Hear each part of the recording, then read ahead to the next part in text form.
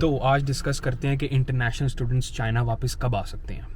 पहला क्वेश्चन होगा कि कब आ सकते हैं। दूसरा क्वेश्चन है एजेंट्स के बारे में कि आप एजेंट्स पे ट्रस्ट कर सकते हैं और जो आजकल एजेंट्स आपको कह रहे हैं क्या उन पे ट्रस्ट करना ज़रूरी है।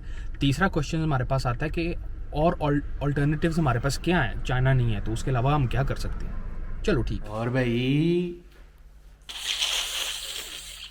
बड़ी वीडियोस देखी होंगी, बड़ी सर्च की होगी गूगल पे कि कब आएंगे हम वापस चाइना, कब आएंगे। अभी नहीं आते, आए मत से। गुस्सा ना करें प्लीज़। आपको मैं बताता हूँ कि अभी इस टाइम क्या सिचुएशन है, क्या हो रहा है आजकल चाइना के अंदर और क्या मेजरमेंट्स ली जा रही हैं जिसकी वजह से इंटरनेशनल स्टूडेंट्स हो सकता है वापस आ जाएं। हो सकता है, होप से, उम्मीद से पूरी दुनिया कायम है। चलें without wasting any time video शुरू करते हैं और बातें करते हैं। चलो ठीक है। चलो तो हम डिस्कस करते हैं। पहली बात तो ये कि इंटरनेशनल स्टूडेंट्स कब आएंगे चाइना। ये किसी को भी नहीं पता कि इंटरनेशनल स्टूडेंट्स कब आएंगे। हाँ, पिछले दिनों कुछ चीज़ें आई हैं जो कि 150 तकरीबन रशियन स्टूडेंट्स के लिए उन्होंने अलाउ किया कि वो आ सकते हैं। उसके अलावा इंडियन एम्बेसीज़ के साथ उनकी बातचीत चल रही है कि स्टूडेंट्स की लिस्ट भेजें जहाँ से हम स्टूडेंट्स जो हैं वो वापस, जिनकी मेडिकल हैं वो वापस आ सकें। श्रीलंका से बात चल रही है, पाकिस्तान से बात चल रही है। मैं ये सारे आर्टिकल डिस्कस नहीं करूँगा मगर मैं डिस्क्रिप्शन में लिंक डाल दूँगा, आप आराम से पढ़ें सारे आर्टिकल। और उन आर्टिकल को पढ़ने के बावजूद मैं आपको एक चीज़ बता दूं कि मंकी पॉक्स एक नई बीमारी आई है, तो अगले साल चाइना जो है इसके टेस्ट कराना शुरू कर देगी। तो हो सकता है और डिले हो जाए, ये तो किसी को भी नहीं पता। मगर दिल छोटा ना करें क्योंकि चाइना ने काफ़ी अरसे तक इंटरनेशनल स्टूडेंट्स को बंद करके रखा हुआ है। वो आप वापस नहीं आ सकते, तो कोई ना कोई वो मेजरमेंट ज़रूर लेगा। आप बेफिक्र हो जाएं, कुछ ना कुछ ज़रूर होगा। आप हिम्मत रखें, हौसला रखें, गुस्सा नहीं करना, ओके, ठंडे दिमाग ना। दूसरे क्वेश्चन पे जाने से पहले आप एक छोटी सी स्टोरी सुन लें मेरी। मैंने 2020 के अंदर अपनी ग्रेजुएशन कंप्लीट की थी शियांग एरोस्पेस यूनिवर्सिटी से as a mechanical engineer AKA mechatronics engineering, ठीक है। तो मेरी थीसिस से पहले 2020 के जुलाई में मेरा थीसिस था और जनवरी के अंदर ही वायरस आ गया था। तो मैं और मेरा दोस्त हम गए यहाँ से ना, हमने निकलना था बाहर, हम पाकिस्तान जा रहे थे वापस। तो हमने कहा हमने यहाँ पे नहीं रहना क्योंकि सारे फॉरेन स्टूडेंट्स तो जा रहे थे वापस, तो हमने कहा हम भी चलते हैं। हम किसी ना किसी तरह करके ना बड़ी मुश्किलों से टेस्ट करवाए सारा कुछ। तब ये न्यूक्लियर एसिड टेस्ट नहीं होता था, वो MRI करते थे, सारे लंग्स देखते थे अंदर से, उसके बाद पता लगता था है कि नहीं। वो भी टेस्ट 300 युआन का, 350 400 युआन का, वो टेस्ट करवा के मसा बीजिंग पहुंचे। हमारी थी मलेशियन फ्लाइट, वहाँ पे गए तो उन्होंने कहा सिर्फ मलेशियन की नेशनैलिटी वाले जा सकते हैं वापस मलेशिया और ट्रांजिट फ्लाइट नहीं है। और फिर हम बीजिंग से वापस आए। हम तब डॉर्मेटरीज में रह रहे थे। जब हम वापस आए तो यूनिवर्सिटी ने हमें अंदर एंटर होने से मना कर दिया कि आप एक बार बाहर चले गए तो चले गए, फिर आप अंदर नहीं आ सकते क्योंकि हम बाकी स्टूडेंट्स की जो लाइफ है वो रिस्क पे नहीं लगा सकते, क्या पता आपको वायरस हो। फिर जी हम कभी किसी पाकिस्तानी को फ़ोन किया, उसने बेचारे ने 2 दिन के लिए कहा, फिर मगर जानते बूझते कि वायरस सिचुएशन है, उसने भी कहा कि आप बस हफ्ते के लिए रह सकते हो यहाँ पे, उसके बाद आप अपना बंदोबस्त कर लो कहीं पे भी। तो हालांकि देखें मुश्किल वक्त में कोई नहीं साथ देता, आप सारे फ्रॉडबाजी ही होती हैं यहाँ पे। वो चाहता तो काफ़ी पाकिस्तानी थे, कोई ना कोई तो अपने घर रख ही देता, ये जानते बूझते कि वायरस सिचुएशन है। और फॉरेनर्स को तो वैसे ही नहीं घर मिलने, अपार्टमेंट्स मिलने, तब बड़ी मुश्किल से मेरा एक दोस्त था, उसके भाई ने कहीं पे अरेंज करके दिया हमने, तो हम वहाँ पे चले गए। तो ये मेरी छोटी सी दुख भरी कहानी थी। अगले क्वेश्चन पे आते हैं कि इंटरनेशनल स्टूडेंट्स जो आना चाहते हैं चाइना तो वो एजेंट को राब्ता करते हैं, एजेंट से राब्ता करते हैं। और एजेंट पे कभी भी नहीं जाना, 1 रुपया नहीं देना एजेंट को, कोई फीस वूस नहीं होती, सब कुछ फ्री होता है। हाँ, अगर यूनिवर्सिटी का पहले ब्रोशर देखें, फीस स्ट्रक्चर देखें, फीस स्ट्रक्चर के ऊपर जो प्राइजेस लिखी हुई है आपने वही पे करना है। उसके अलावा एजेंट को एक ठेला ज़्यादा नहीं देना। मैंने अपना एडमिशन एजेंट के थ्रू करवाया था, फ्री ऑफ कॉस्ट होता है क्योंकि यूनिवर्सिटी एजेंट को है जो वो फीस के अंदर से आपकी, अगर आप स्कॉलरशिप पे हैं तो तब तो नहीं, या अगर फीस में से हैं आप, पेड है, जब बैचलर्स पेड करते हैं आप, तो वो फीस के अंदर से आपकी उसको कमीशन जाती है हर साल एजेंट को। तो यहाँ पे काफ़ी सारे एजेंट्स हैं, काम करते हैं इस तरह, तो आपने कभी भी 1 रुपया नहीं देना। कुछ लड़के आए हुए हैं $3-3 हज़ार एजेंट को दे के आए हुए हैं, बेवकूफ़ है।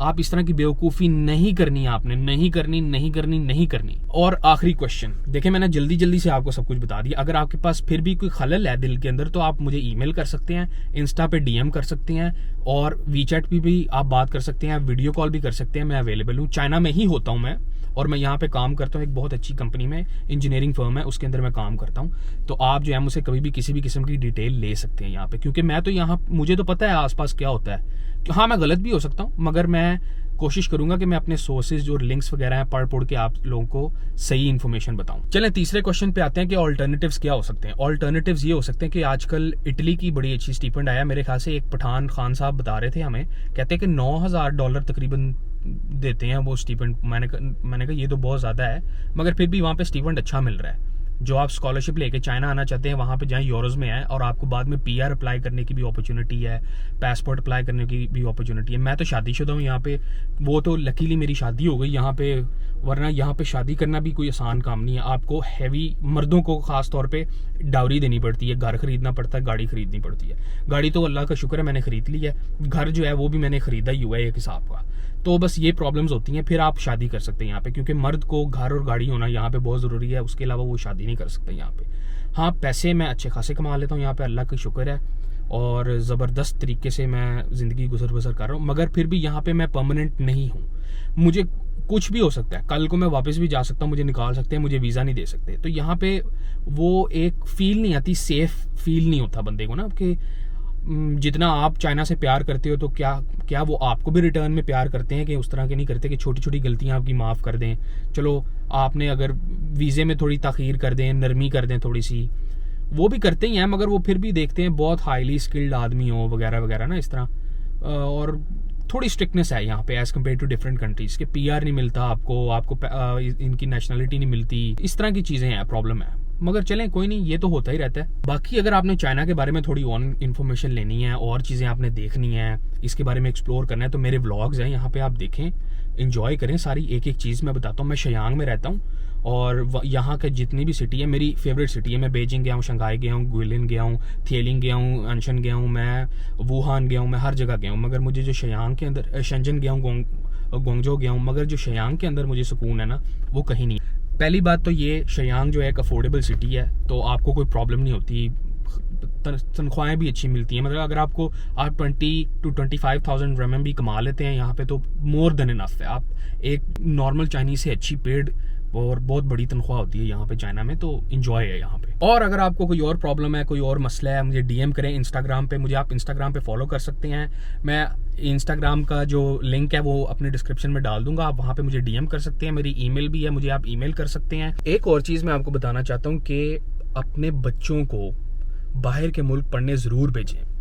एक ही कल्चर में ना रखें उनको डिफरेंट कल्चर एक्सप्लोर करने दें, तो उनके दिमाग खुलेंगे ज़रा, उनको पता लगेगा कि खाली एक ही मज़हब कोई चीज़ नहीं है, एक ही कल्चर कोई चीज़ नहीं है, एक ही मुल्क कोई चीज़ नहीं है। हर जगह पे हर तरह के इंसान होते हैं, और वो उनमें बड़ी सिमिलैरिटी होती है, उनके प्रॉब्लम्स बेसिक होते हैं। अब ये चाइनीज़ों को भी पुप्पो खाला की प्रॉब्लम होती है, ठीक है, ये चाचे मामे ताए की प्रॉब्लम होती है, इनकी भी प्रॉपर्टी का प्रॉब्लम होता है, उसने कब्जा कर लिया, ताए ने, मामे ने, चाचे ने कब्जा कर लिया, इनको भी पैसों की प्रॉब्लम होती है, फाइनेंशियल क्राइसिस होते हैं जो हमें होती है। मतलब कि पूरी दुनिया के अंदर ना, मैंने ये नोट किया है, हर बंदे को ना एक जैसी प्रॉब्लम्स होती हैं। तो हम इतने फ़र्क में क्यों रहते हैं? हम एक जैसे लोग हैं, हमें चाहिए कि हम अपने वो मज़हब को सर पे रखा हुआ है, कंट्री को सर पे रखा हुआ है, इससे अच्छा है कि हम सारे दुनिया की लोगों की प्रॉब्लम सॉल्व करने लगें, तो कितनी खूबसूरत दुनिया होगी वो। तो आप खुश रहें जहाँ पे भी हैं, और तंदुरुस्त रहें, घूमें फिरें, याशी करें, मज़े करें।